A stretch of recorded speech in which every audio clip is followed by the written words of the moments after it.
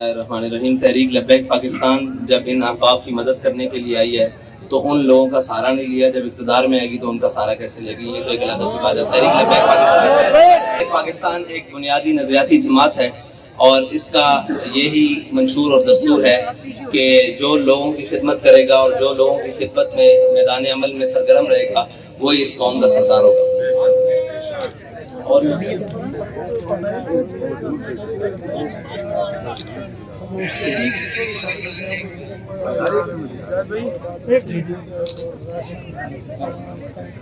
لبیک سے آپ کو تو خود بہتر پتا ہے کہ پیچھے لوگوں میں جتنے وہ ویئر ہاؤس بنائے ہوئے ہیں راشن کے اور ساری چیزیں، وہاں لوگوں کو بلا کر اور ان کو پرچیاں دے کر اور جو گھروں میں بیٹھے ہیں یہ مین سے ہٹ کر ان تک بھی راشن پہنچایا جا رہا ہے۔ آپ کے سامنے موجود ہے، سارا پلان موجود ہے۔